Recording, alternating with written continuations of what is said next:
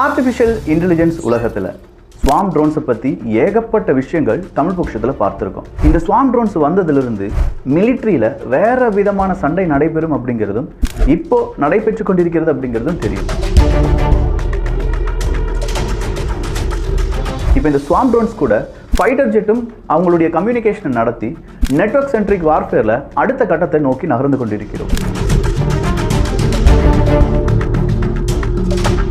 இந்த ஸ்வாம் drones, artificial intelligence இப்படிலாம் கேட்கும்போது இது அழிவுக்கு மட்டும்தானா அப்படின்னு சொல்லி யோசிச்சோம்னா கிடையாது. ஆக்கப்பூர்வமான ஒரு விஷயம் நடைபெற போகுது. 2050களில் இதை பற்றி எல்லாருமே பேசுவாங்க அப்படின்னு சொல்கிறாங்க. இந்த ஸ்வாம் ரோபோட்டிக்ஸ் அப்படிங்கிறத தமிழ் பட்சம் வழியாக இன்றைக்கி நீங்கள் பார்க்கக்கூடிய நபர்கள் நாளைக்கு இதை பற்றி தேடி பார்க்கும்போது நிச்சயமாக இதனுடைய வளர்ச்சி அபரிவிதமாக இருக்கும். அது என்ன? ஸ்வாம் ரோபோட்டிக்ஸ் இன் ஏஐ.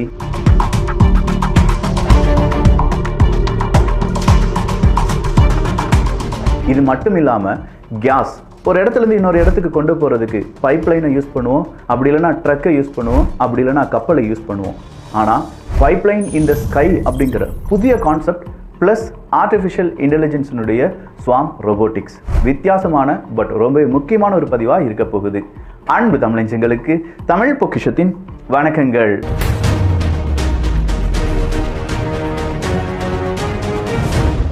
ரீகால் பண்ணி பாருங்க, ஏஐ ஸ்வாம் ரோபோட்டிக்ஸ் அப்படிங்கிறது தான். ஏஐ ஸ்வாம் ட்ரோன்ஸ்னா என்ன? ஒரு டார்கெட் இருக்கும். ஒரு டார்கெட்டை அழிப்பதற்கு 10லிருந்து 100 ட்ரோன் வேணும்னா 1000 ட்ரோனை களம் இருக்கலாம், இல்லாட்டி 1,00,000 ட்ரோனை களம் இருக்கலாம். ஆனால் டார்கெட் ஒன்று தான் இருக்கும். இந்த டார்கெட் ஒன்றா இருக்கும்போது 100 ட்ரோன் தேவை என்ன? இந்த கேள்வி உங்களுக்குள்ள வரலாம். 100 ட்ரோனில் எதிர் திசையில் இருக்கக்கூடிய ஒரு மனிதர்கள் இல்லாட்டி படை 90 ட்ரோனை அழிச்சாலும் மீதம் இருக்கும் 10 ட்ரோன் அடுத்தடுத்த கால்குலேஷன் ட்ரை பண்ணி அடுத்தடுத்த திசையில் போய் அந்த ஒரு டார்கெட் அழிக்கிறதுக்கு ட்ரை பண்ணும். ஸோ ஆர்டிஃபிஷியல் இன்டெலிஜென்ஸ் இங்கே எங்கே ப்ளே பண்ணுது அப்படின்னா, அந்த டார்கெட்டை அடிப்பதற்கு 100 ட்ரோன் எப்படி போகணும், அதில் 90 ட்ரோன் இழந்து விட்டாலும் மீதம் இருக்கும் 10 ட்ரோன் அதை எப்படி சாத்தியப்படுத்தணும் இப்படிங்கிறத யோசித்து முடிவெடுக்கிறதுக்கு தான். இதே மாதிரி ஏஐ ஸ்வாம் ரோபோட்டிக்ஸ் அப்படிங்கிற ஒரு கான்செப்டுடன் இப்போ இருக்கக்கூடிய தொழிற்சாலைகள் எல்லாமே உருவாகி வருகிறது.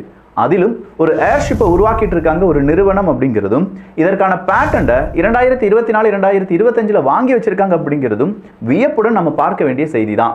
இதை பற்றி தெரிந்து கொள்வதற்கு ஒரு நிறுவனத்தை பற்றி தெரிந்து கொள்ள வேண்டும். அந்த நிறுவனத்தினுடைய பெயர் தான் H2 கிளிப்பர் அப்படிங்கிற நிறுவனம்.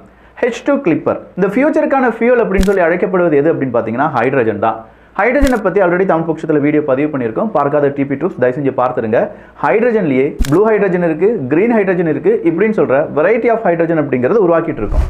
ஆனால் இந்த இடத்துல இந்த H2 கிளிப்பர் என்ன நினைக்கிறாங்கன்னா, 2050களில் இந்த ஹைட்ரஜனுடைய தேவை அதிகமாக இருக்கும். ஆனால் இந்த க்ரீன் ஹைட்ரஜன் எல்லாம் ஒரு இடத்துலேருந்து உருவாக்குறாங்கன்னா அதை சேமித்து வைக்கிறாங்க, இல்லாட்டி பிரித்தெடுக்கிறார்கள் அப்படிங்கிறது எல்லாமே ஒரு டெசர்ட் ரீஜனில் தான் நடந்துட்டு இருக்கு. குறிப்பாக சிலி நாட்டில் இருக்கக்கூடிய அட்டகாமா டெசர்ட் அப்படிங்கிறதுலாம் நீங்கள் அடித்து பார்த்தீங்கன்னா அங்கேருந்து தான் இந்த க்ரீன் ஹைட்ரஜன் அப்படிங்கிறது பல நாடுகளுக்கும் ஏற்றுமதி செய்யப்படுது. ஆனால் இந்த ஹைட்ரஜனை ஒரு இடத்துலேருந்து இன்னொரு இடத்துக்கு கொண்டு போகிறதுக்கு ஏகப்பட்ட பணச்செலவுகள் ஆகுது, அதே மாதிரி நேரமும் விரயமாகுது. ஸோ இங்கே இந்த H2 கிளிப்பர் அப்படிங்கிற நிறுவனம் ஒரு யோசனைக்கு வராங்க. எல்லாருக்குமே ஹைட்ரஜன் தேவைப்படும், கண்டிப்பாக ஹைட்ரஜன் தான் ஃபியூச்சர் ஃபியூல் அப்படின்னு சொல்லிட்டு இருக்கும்போது ஒரு இடத்துலேருந்து இன்னொரு இடத்துக்கு ஹைட்ரஜனை கொண்டு செல்வது எப்படி, அதுவும் எளிமையாக கொண்டு செல்வது எப்படி அப்படிங்கிற அந்த கான்செப்டுக்குள்ளே நுழையிறாங்க. அந்த கான்செப்ட் தான் அவங்கள ஒரு பேட்டன்ட் வாங்க வச்சிருக்கு. அதுதான் pipeline in the sky. Pipeline in the sky அப்படிங்கிறது ஒரு ஏர்ஷிப், ஒரு விமானம் மாதிரின்னு வச்சுக்கோங்களேன், கார்கோ மாதிரியான ஒரு விமானம். இந்த விமானம் அப்படிங்கிறதுக்கான பேட்டன்ட் வாங்கியிருக்காங்க. இதற்கான டெஸ்ட் ரன் அவங்க செஞ்சு பார்த்துருக்காங்க 2012. இதுக்கான ப்ரோட்டோடைப்பை உருவாக்கிட்டு இருக்காங்க. இது எல்லாமே நடைமுறை ஆகிக்கொண்டே இருக்கிறது. ஸோ இது ஏதோ ஒரு படத்தில் வர்ற மாதிரியான கற்பனை கதைகள் கிடையாது. இவங்களுடைய அந்த டார்கெட் என்னன்னா, இந்த பைப்லைன் இந்த ஸ்கை அப்படிங்கிற ஏர்ஷிப்பை உருவாக்கணும். கிட்டத்தட்ட 300 மீட்டர் நீளம் இருக்கக்கூடிய இந்த ஏர்ஷிப் எப்படி பறக்கும் அப்படின்னு கேட்டிங்கன்னா யூசிங் ஹைட்ரஜன் ஃபியூல் செல்ஸ் அப்படிங்கிறது தான். ஸோ ஹைட்ரஜன் செல்ஸை வச்சு இது பறக்க போகுது. அப்படின்னா இதை மேலே தள்ளுறதுக்கு அந்த உந்து விசைக்கு தேவைப்படக்கூடிய கேஸ் எதுவாக இருக்கும் அப்படின்னு கேட்டால் அது ஹைட்ரஜன் கேஸ் தான். ஸோ ஹைட்ரஜன் கேஸை வச்சும் ஹைட்ரஜன் ஃபியூல் செல்லை வச்சும் இந்த ஏர்ஷிப் ரன் ஆகும் அப்படிங்கிறது இதனுடைய பை ப்ராடக்டாக வர்றது இது வெறும் தண்ணீர் மட்டும். அப்படின்னா என்விரான்மெண்ட்டுக்கு எந்த விதமான பிரச்சனையும் கிடையாது. அதே நேரத்தில் இது தாங்கி செல்லக்கூடிய ஹைட்ரஜன் கேஸினுடைய அந்த வெயிட் எவ்வளவா இருக்கும் அப்படின்னு கேட்டால் தோராயமாக 200 டன் இருக்கும் அப்படிங்கிறாங்க. 110 டன்லேருந்து 200 டன் ஹைட்ரஜன் கேஸை ஒரு இடத்துலேருந்து இன்னொரு இடத்துக்கு கிட்டத்தட்ட 10,000 கிலோமீட்டர் தூரத்துக்கு இந்த பைப்லைன் இந்த ஸ்கை அப்படிங்கிற ஏர்ஷிப்பால கொண்டு செல்ல முடியும் அப்படின்னு சொல்றாங்க. பட் இதனுடைய வேகம் என்னவா இருக்கும் அப்படின்னு கேட்டா 175 mph miles per hour. Normal jet விமானங்களை விட ரொம்பவே கம்மியான ஸ்பீடு தான் அப்படின்னு நம்ம வச்சால் கூட இந்த ஹைட்ரஜன் கேஸை ட்ரக் வழியாக கொண்டு போகிறதுக்கும் ஷிப் வழியாக கொண்டு போகிறதுலேருந்து 7 to 10 மடங்கு அதிக வேகத்தில் ஹைட்ரஜன் கேஸை ஒரு இடத்துலேருந்து இன்னொரு இடத்துக்கு கொண்டு போயிடலாம். இது for only hydrogen case transportation அப்படின்னு சொல்லலாம். சரி, இந்த ஹைட்ரஜன் கேஸ் டிரான்ஸ்போர்ட்டேஷனுக்கும் நீ சொன்ன ஏஐ ரோபோட்டிக்ஸ் ஸ்வாம் ரோபோட்டிக்ஸுக்கும் என்னப்பா சம்பந்தம் அப்படின்னு சொல்லி நீங்கள் கேட்கலாம். இப்படி ஒரு ஏர்ஷிப்பை இவங்க டெவலப் பண்ணிட்டு இருக்காங்கிறது நமக்கு தெரியும். ஆனால் இந்த ஏர்ஷிப்பு இல்லாட்டி ஒரு ஃப்ளைட்டு, ஒரு பிளேன், இதெல்லாம் நீங்கள் எடுத்து பார்த்தீங்கன்னா இதெல்லாம் உருவாக்குவதற்கு ஏகப்பட்ட இயந்திரங்கள் அப்படிங்கிறத பயன்படுத்துவாங்க. கூடவே மனிதர்களும் அது கூடவே வேலை செஞ்சுட்டு இருப்பாங்க. ஒரு ஹால் இருக்குன்னு வச்சுக்கோங்க, அதாவது அந்த விமானத்தினுடைய அந்த பாடி, அந்த உருளை வடிவ பாடி இருக்குல்ல, அதை உருவாக்குவதற்கு மனிதருக்கு பல வருடங்கள் எடுக்கும் அப்படின்னு சொல்லும்போது இந்த இடத்துல தான் இந்த H2 Clipper அப்படிங்கிற நிறுவனம் ஏஐ ஸ்வாம் ரோபோட்டிக்ஸ் அப்படிங்கிறதுக்கான பேட்டன்ட் வாங்குறாங்க. ஸ்வாம் ரோபோட்டிக் அப்படிங்கிறது 100 to 200 ரோபோட்ஸ்.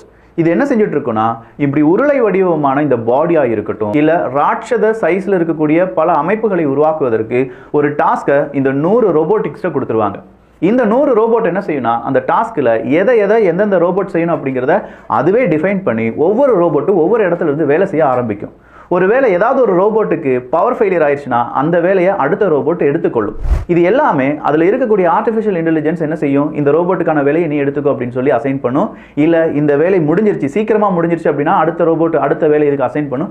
இப்படின்னு சொல்லி மாஸ்டர் ஸ்லேவ் கான்செப்ட் இல்லாமல் எல்லாருமே மாஸ்டராக, எல்லாருமே எஜமானனாக அந்த வேலையை முடிப்பது மட்டும்தான் இவங்களுடைய எய்மாக இருக்கும். அப்போ இந்த 100 ரோபோட்டுக்கும் சென்சார்ஸ் அப்படிங்கிறது இருக்கும் அப்படின்னு சொல்கிறாங்க. நாட் ஓன்லி 100, இப்போ அவங்களுடைய கான்செப்டில் 100 ரோபோட்ஸ் தான் இருக்குது. இந்த சென்சார்ஸ் எதற்கு அப்படின்னு கேட்டால், ஒரு ரோபோட் ஒரு வேலை செஞ்சுட்டு இருக்கு, இன்னொரு ரோபோட்டுக்கு அதுக்கான லெஃப்ட் சைடில் இன்னொரு வேலை இருக்குன்னா இந்த ரோபோட்டுக்கு மேலே ஏறி அந்த ரோபோட் போயிடக்கூடாது. அப்போ இதை எப்படி தடுக்கலாம், ஒரு ரோபோட்டினுடைய வேலையை அடுத்த ரோபோட் வேலை தடைப்படுத்தாமல் எப்படி செய்ய வைக்க முடியும், ஒருவேளை மனிதர்களுக்கு டன் கணக்கிலான பொருட்களை ஏற்றி கொடுப்பதற்கு, உயரத்தில் நிற்கக்கூடிய ஒரு மனிதனுக்கு டன் கணக்கில் ஒரு பொருளை ஏற்றி கொடுக்க வேண்டும் என்றால் அந்த இடத்துல இந்த ரோபோட்ஸ் எப்படி வேலை செய்யும், மனிதர்களுடைய உயிருக்கு எந்த பிரச்சனையும் இல்லாமல் இந்த ஸ்வாம் ரோபோட்டிக் அப்படிங்கிறது எப்படி வேலை செய்யும் அப்படிங்கிறது எல்லாத்தையுமே இவங்க ஸ்டடி பண்ணி அதுக்கான பேட்டன்ட்டை வாங்கி வச்சிருக்காங்க. அப்படின்னா சாதாரணமாக ஒரு ஏர்ஷிப்பை கிரியேட் பண்ணுறதுக்கு பல வருடங்கள் எடுக்கும்போது எங்களால் அதை பல மாதங்களில் முடிக்க முடியும் அப்படின்னு சொல்லியிருக்காங்க இந்த H2 Clipper என்கிற நிறுவனம். 40% 60% வரை ஸ்பீடாக ஒரு ஃப்ளைட்டை அவங்களால உருவாக்க முடியுமா, அதே நேரத்தில் பணம் அப்படிங்கிறது 60%க்கும் குறைவாக மட்டுமே இருக்கும் அப்படின்னு சொல்கிறாங்க. இது ஒரு ரெவல்யூஷன் தான். கொஞ்சம் யோசிச்சு பாருங்களேன், நம்ம ஒரு பில்டிங்கை கன்ஸ்ட்ரக்ட் பண்ணுறோம். இந்த பில்டிங் கன்ஸ்ட்ரக்ட் பண்ணுறதுக்கு 100 ரோபோட்டை கொண்டு வந்து அந்த பில்டிங்க்கு பிளானை மட்டும்தான் அந்த ரோபோட்ஸ்ட்டை நம்ம காண்பிப்போம். அந்த பிளானை பார்த்த உடனே இந்த ரோபோட்ஸ் என்ன செய்யுது அப்படின்னா, ஒரு ரோபோட் அஸ்திவாரத்தை தோண்டுது, இன்னொரு ரோபோட் மர வேலையை பண்ணுது, இன்னொரு ரோபோட் பைப் லைனுக்கு தேவையான விஷயங்களெல்லாம் எடுத்து வைக்குது, இன்னொரு ரோபோட் எலக்ட்ரிக்கல் ஒர்க்கெல்லாம் செய்யுது. இப்படிங்கிற இந்த கான்செப்ட் எப்படி இருக்குன்னா வேற மாதிரி இருக்கா? இதை நார்மலாக யோசிக்கிறத விட பெரும் நிறுவனங்கள், பெரும் தொழிற்சாலைகளில் யோசிச்சு பாருங்க. ஸோ இது ஒரு கேம் சேஞ்சிங் தான். இந்த கேம் சேஞ்சிங் கண்டுபிடிப்பான ஸ்வாம் ரோபோட்டிக்ஸ் அப்படிங்கிறது நிச்சயமாக பெரும் பேசு பொருளாக மாறும். இதை இன்னும் பேசு பொருளாக மாற்றியது என்ன அப்படின்னு பார்த்தா, இந்த பைப்லைன் இந்த ஸ்கை அப்படிங்கிற இந்த ப்ராஜெக்ட். இந்த ஹைட்ரஜனை ஒரு இடத்துல இருந்து இன்னொரு இடத்துக்கு கொண்டு போகிறதும் ஃபியூச்சரிஸ்டிக் ப்ராஜெக்ட் தான். அதில் ஸ்வாம் ரோபோட்டிக்ஸ் அப்படிங்கிறதும் ஃபியூச்சரிஸ்டிக் ப்ராஜெக்ட் தான். 2050 எல்லாருமே ஹைட்ரஜன் யூஸ் பண்ணுவாங்க அப்படிங்கிறதும் ஒரு ப்ரெடிக்ஷன் தான். இது எல்லாம் சக்ஸஸ்ஃபுல்லாக நடந்துருச்சுன்னா H2 Clipper அப்படிங்கிற நிறுவனத்தை கையிலேயே பிடிக்க முடியாது. சரி, இந்த H2 Clipper அப்படிங்கிற நிறுவனத்தை வேற ஏதாவது நிறுவனம் இதுவரையிலும் பாராட்டி இருக்கிறதா அப்படின்னு கேட்டால் அதெல்லாம் நடந்திருக்கு. வேற யாரும் கிடையாது, டசால்ட் சிஸ்டம்ஸ் அப்படிங்கிறது நமக்கு தெரியுமில்ல. இந்த டசால்ட் சிஸ்டம் அப்படிங்கிறது அவங்களுடைய 3D எக்ஸ்பீரியன்ஸ் லேபுக்காக 2021 இதே H2 Clipper அப்படிங்கிற நிறுவனம் கூட பார்ட்னர்ஷிப் போட்டிருக்காங்க. இது மட்டும் இல்லாமல் இந்த ஹைட்ரஜன் பேஸ்டாக இருக்கக்கூடிய பல நிறுவனங்கள் கூட ஏகப்பட்ட ஒப்பந்தங்களை போட்டிருக்கக்கூடிய நிறுவனம் தான் இந்த H2 Clipper அப்படிங்கிற நிறுவனம். ஒருவேளை இதை இப்போ நம்ம கேட்பதனால், யாரும் சொல்லாததுனால இந்த H2 Clipper, பைப்லைன் இந்த ஸ்கை அப்படிங்கிற ப்ராஜெக்ட், இது எல்லாமே